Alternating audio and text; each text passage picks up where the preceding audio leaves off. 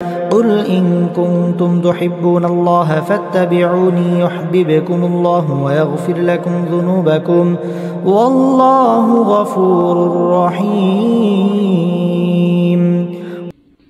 হে নবী, তুমি বলো, তোমরা যদি আল্লাহ তাআলাকে ভালোবাসো তাহলে আমার কথা মেনে চলো, তাহলে আল্লাহ তাআলাও তোমাদের ভালোবাসবেন এবং তিনি তোমাদের গুনাহ খাতা মাফ করে দেবেন। আল্লাহ তাআলা অত্যন্ত ক্ষমাশীল ও দয়াবান। قل أطيعوا الله والرسول فإن تولوا فإن الله لا يحب الكافرين। তুমি আরো বলো, তোমরা আল্লাহ তাআলা ও তার রাসূলের কথা মেনে চলো। এই আহ্বান সত্ত্বেও তারা যদি এ থেকে মুখ ফিরিয়ে নেয়, তুমি জেনে রেখো আল্লাহ তাআলা কখনো কাফেরদের পছন্দ করেন না। ইন্নাল্লাহ আসতাফা আদম ওয়া নূহা ওয়া আলা ইব্রাহিম ওয়া আলা ইমরান আলাল আলামিন। অবশ্যই আল্লাহ তাআলা আদম, নূহ এবং ইব্রাহিমের বংশধর ও ইমরানের বংশধরদের সৃষ্টিকুলের উপর নেতৃত্ব করার জন্য বাছাই করে নিয়েছেন। যুররিয়াতান বা'দুহা মিন বা'দ ওয়াল্লাহু সামিউন আলীম। নেতৃত্বে সমাসীন এদের সন্তানরা বংশানুক্রমে পরস্পর পরস্পরের বংশধর। আল্লাহ তাআলা সবার কথাবার্তা শুনতে পান এবং সব কথা তিনি জানেন। إذ قالت امرأة عمران رب إني نذرت لك ما في بطني محررا فتقبل مني إنك أنت السميع العليم। স্মরণ করো যখন ইমরানের স্ত্রী বলল, হে আমার মালিক, আমার গর্ভে যে সন্তান আছে তাকে আমি স্বাধীনভাবে তোমার দ্বীনের কাজ করার জন্য উৎসর্গ করলাম। তুমি আমার পক্ষ থেকে এ সন্তানটিকে কবুল করে নাও। অবশ্যই তুমি সব কথা শোনো এবং সব বিষয়ে জানো।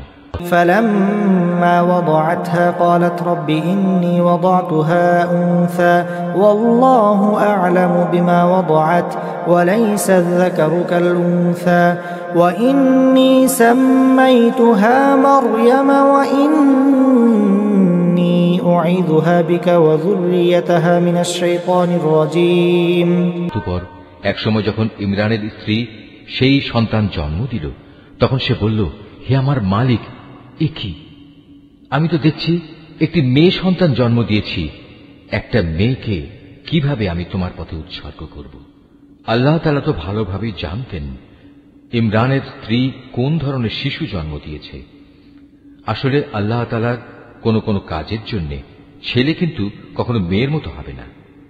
ইমরানের স্ত্রী বলল, আমি এ শিশুর নাম রাখলাম মারিয়াম এবং আমি এই শিশু ও তার অনাগত সন্তানকে অভিশপ্ত শয়তানের অনিষ্ট থেকে রক্ষার জন্য তোমার কাছে আশ্রয় চাই। فتقبلها ربها بقبول حسن وأنبتها نباتا حسنا وكفلها زكريا كلما دخل عليها زكريا المحراب وجد عندها رزقا قال يا مريم أنى لك هذا قالت هو من عند الله إن الله يرزق من يشاء بغير حساب। আল্লাহ তাআলা ইমরানের স্ত্রীর দোয়া কবুল করলেন এবং এই মেয়েটিকে অত্যন্ত আগ্রহ ভরেই গ্রহণ করে নিলেন এবং ধীরে ধীরে এই মেয়েটিকে তিনি ভালোভাবে গড়ে তুললেন। আর সেজন্যই আল্লাহ তাআলা তাকে জাকারিয়ার তত্ত্বাবধানে রেখে দিলেন। বড় হবার পর যখনই জাকারিয়া তার কাছে তার নিজস্ব ইবাদতের কক্ষে যেত, তখনই দেখতে পেত সেখানে কিছু খাবার মজুদ রয়েছে। খাবার দেখে জাকারিয়া জিজ্ঞেস করত, হে মারিয়াম, এসব খাবার তোমার কাছে কোত্থেকে আসে? মারিয়াম জবাব দিত, এসব আসে আমার মালিক আল্লাহর কাছ থেকে। আর অবশ্যই আল্লাহ তাআলা যাকে চান তাকে বিনা হিসেবে রিজিক দান করেন।